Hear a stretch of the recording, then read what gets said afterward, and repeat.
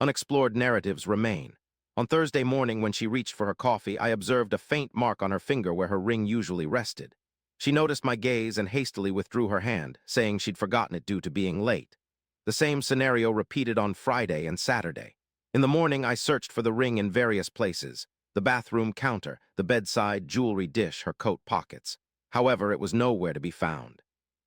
When I asked about it, she claimed she left it at work, safely tucked away in her desk drawer. She moved around too much, she said, afraid of losing it. It made sense given her job at a downtown dance studio, always handling equipment and setting up for performances. But her explanation seemed prepared, as if she'd been waiting for me to inquire. On Sunday night, I observed that her phone was always screened down and locked. Previously, it would be left on the kitchen counter while she cooked. Now it stayed in her pocket. During dinner, she'd ignore its buzz and stay quiet. On Monday morning, she departed early, claiming a staff meeting before the studio opened. I observed her leaving our driveway, but the doorbell remained silent. She held her phone in hand even before starting the car. I stood there in the doorway, feeling a chill through the screen. My daily commute was due in 40 minutes with children waiting at bus stops. Despite this, something had already shifted. 7 years ago, we met at a community center fundraiser. She was arranging tables for a dance showcase, while I was delivering donated supplies. She radiated an energy that filled the room, her laughter echoing loudly, always in motion. I admired this about her, adding vibrancy to my otherwise quiet life. We got married 2 years later with a small ceremony attended by her dance friends, my colleagues, and her parents. She desired a grander event, but I persuaded her for a simpler affair, saving money and focusing on building a solid future. For 6 years, I've driven the same route every weekday up at 5:30 a.m., home by 4:00 p.m. Weekends were spent on yard work and shopping. She worked nights occasionally with recitals, performances, and late parent meetings. I never questioned it. That was her realm: music, dance, and people who stayed up past midnight. I found comfort in the routine, and she said she did too. However, recently she seemed distracted, preoccupied. Instead of discussing her day as usual, she'd only reply that everything was fine, busy, just like always. Last month, she began going out more on Thursdays, sometimes Saturdays, claiming the studio staff socialized after work to unwind. She returned home smelling of cigarette smoke and cheap beer, her hair still wet from dancing. I trusted her explanation. One Tuesday morning, I discovered her ring in the glove compartment of her car. The car was parked unlocked in the driveway. I searched for the registration, only to find the letter from insurance about policy updates instead, nestled among other documents in the glove box. Perched on the dashboard, her wedding ring gleamed with morning sunlight. I picked it up, flipped it over, finding our initials engraved within. She'd claimed she left it at work, forgotten it. Both were falsehoods. She was intentionally removing it and hiding it in the car before entering somewhere. I returned it to its original place within the glove compartment, closed the lid, and went about my day at work. During lunch, I attempted to call her. It rang 4 times before reaching voicemail. An hour later, another call yielded the same result. She had always answered before even during classes she'd step out upon seeing my name. Upon returning home, I found her in the kitchen preparing pasta, seemingly unfazed. Her phone lay on the counter, face down as usual. I tried to reach her again, only to hear her say, "Oh yeah," without looking up. She claimed she was in the back studio, a place where there's usually no signal, another deception. I had dialed her number countless times from that same studio before. Sitting at the table, I observed her stirring the sauce, humming softly to herself. Unfamiliar tune echoed. A sense of joy and tranquility filled the air. That evening, I kept vigil until she dozed off. Subsequently, I descended to the living room and inspected her laptop. It was logged into her social media platform with messages still displayed. I scrolled through the latest ones. Majority were work-related conversations about recital costumes, parental inquiries, and coworkers scheduling meetings. However, a familiar name caught my eye: Tyler. Her ex-boyfriend she had mentioned years ago, a DJ, party enthusiast who ended things due to lack of commitment, according to her. She had once shown me old photos of him, tall, adorned with tattoos on both arms, and always donning sunglasses indoors. The exchange between them commenced 3 weeks back. "Tyler, are you still in town?" Her "rush over." Tyler, teaching at the studio on 5th. Her "small world."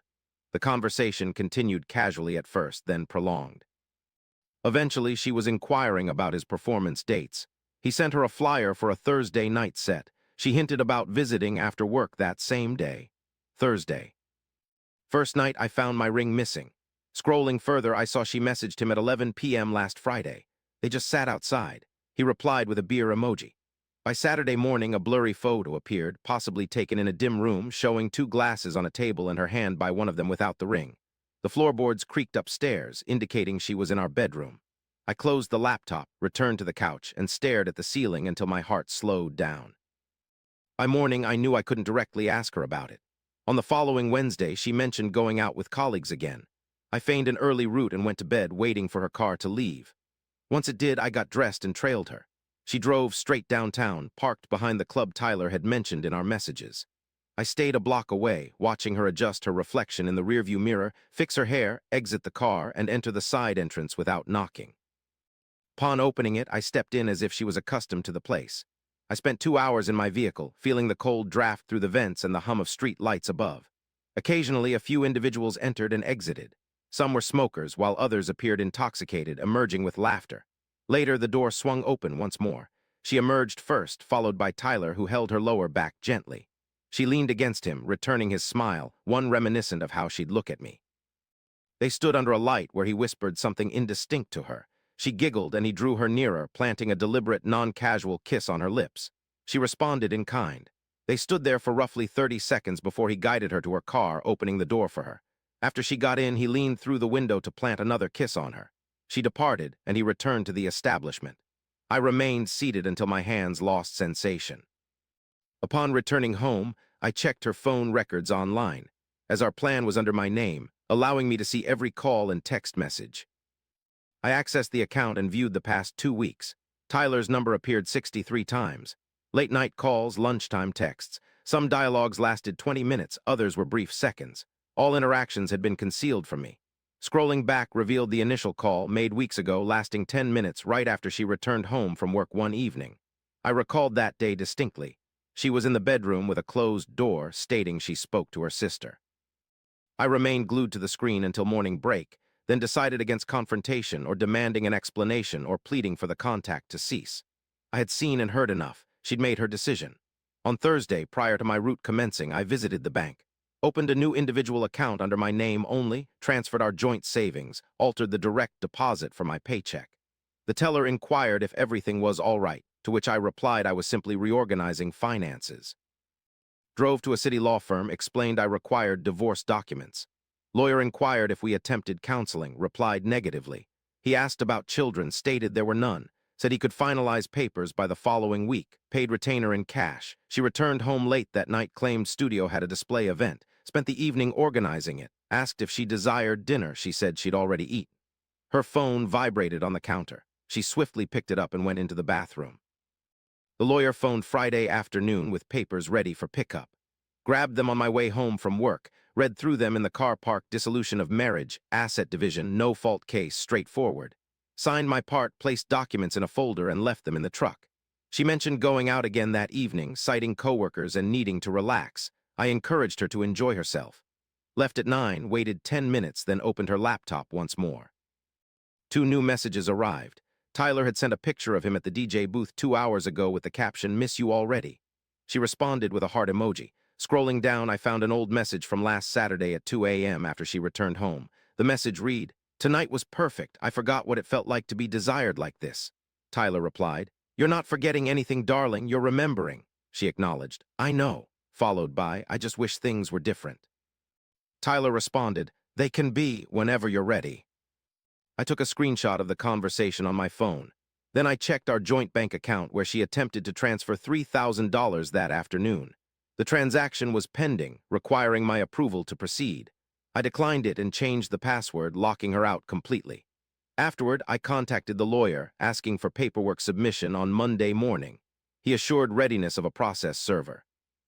On Saturday morning, she woke up puzzled, saying her bank app wasn't functioning properly, asking if I was having the same issue. I told her my account was all right, but she spent Saturday morning dealing with the bank over the phone. I could sense her irritation from another room. They said her account had been restricted and someone with primary access was required to grant it. She asked if anything regarding our account had been altered in the kitchen. Yes, I replied. I'd separated the finances for better management. What about that? It's just simpler, I explained. She looked at me suspiciously, trying to discern if I knew the reason behind it. I maintained a neutral expression and poured more coffee. She requested some funds for the studio as they were purchasing new equipment. Use your account, she said, but there wasn't enough money in mine. In that case, you'll have to wait, I responded. Her jaw clenched and she left the house, slamming the front door behind her. She was gone for 3 hours before returning without saying a word. I heard drawers opening and closing upstairs, followed by the sound of running water. That night, I checked the phone records once more. 4 times she phoned Tyler during the afternoon. The final call lasted 18 minutes. On Sunday, she barely talked to me. She spent most of the day in her room, claiming illness. I left for work on Monday prior to her waking up. At 10:15, a message from the process server arrived. The documents had been delivered and she had signed for them at the front door. After completing my morning route, I dropped off the last child at 11:30 and drove home.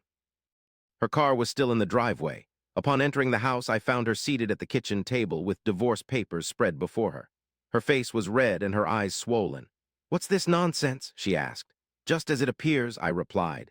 She sought a discussion, asserting that such an action couldn't be taken without one. I told her there was nothing to discuss. Her voice broke. She inquired about my sincerity, and if I didn't wish to know why, I already knew the reason. After a moment of silence, she asked how long I'd known. Lengthy silence. She rose, began to walk around, declared it wasn't as I assumed. Mere conversation with Tyler, old companions reconnecting, that was all. I extracted my phone, displayed the screenshot from her computer. The notice about being sought, about recalling. Her complexion drained. She asserted I invaded her privacy, that this was the issue, that this was what truly mattered. "You removed your ring," I retorted. "You deceived about its whereabouts. You lied about your destination. I witnessed you kiss him outside the club on Wednesday." She resumed her seat, remained quiet for a considerable duration. Subsequently, she expressed regret, stated it wasn't intentional. "Irrelevant if it was intentional," she countered, requesting to mend this. Grasping for my hand, I withdrew it. She pledged to cease contact with him, offered whatever actions I desired. "I no longer covet anything from you," she sobbed sincerely. The type of tears one cannot feign. I gathered the documents. "Place them back in the file. 30 days are given for a response, regardless of your decision." Exiting the situation, I got in my vehicle and drove to work via an alternate route. She called me 17 times that day, but I didn't answer or listen to her voicemails where she requested conversation, admitted to a mistake, expressed love, and claimed Tyler meant nothing. That night, I stayed at a budget motel near the train station, a place with thin walls and a broken vending machine. I couldn't sleep on the bed, instead staring at the ceiling, haunted by her face upon seeing that screenshot. The expression of someone who had just discovered they still wanted something they didn't know they lost. On Tuesday morning, I returned to the house to gather my clothes. Her car was absent, so I packed a bag, took essential documents, left my key on the kitchen counter, and found a note on the table, written in her hand. It stated she had moved out, staying with a friend instead. She indicated she would finalize the papers if that was truly my wish, expressing hope for my happiness. I discarded it. The lawyer contacted me on Wednesday, stating she had reached out to him and inquired about a waiting period, requesting a slowdown. He informed her I had already made my decision, suggesting either compliance or complicating matters for herself. On Thursday, I visited the bank, terminated our joint account completely, distributing the remaining balance between us. Her portion was mailed as a check to her parents' address. Driving past the dance studio on Friday, I noticed her car in the parking lot. She seemed tired, diminished. Another instructor might have been speaking with her. I continued driving. On Saturday morning, an unknown number texted me, stating that she was distraught. It was Tyler. I questioned what actions I had taken against her. I stared at the message for some time, then blocked the number. 3 weeks passed before our divorce was finalized. She willingly signed all documents without contestation. No legal representation or resistance were involved. The house was placed on the market for sale. The profits were divided equally. I relocated to a solitary one-bedroom flat close to the depot. The building was tranquil with no inquisitive neighbors. I continued my driving routine, stopping at familiar locations, interacting with the same children, maintaining the same timetable. Colleagues inquired about my well-being, to which I replied that I was fine. They eventually ceased their queries. A month later, one morning, I encountered her at the grocery store. She was in the produce section, her hair tied back and devoid of makeup. Upon noticing me, she froze for a brief moment before I continued walking. Later, I heard that she had left the studio and returned to live with her parents across town. It was rumored that Tyler had moved to another city, residing at some club in Phoenix. I chose not to inquire further about these matters. One afternoon, while cleaning out the truck, I discovered her ring. It was tucked under the passenger seat, having presumably fallen from the glove box at some point. I held it for a moment, feeling its weight, before placing it in a drawer at home and forgetting about it. Occasionally, on certain nights, I still ponder over that week, the missing ring lingering in my thoughts. Spotted the deceit outside the club. No longer enraged, barely feeling at all. Merely follow my routine, return home, rest. Life seems less chaotic now, more tranquil. If you persist, gratitude. Your turn to express yourself now. Post your sentiments below.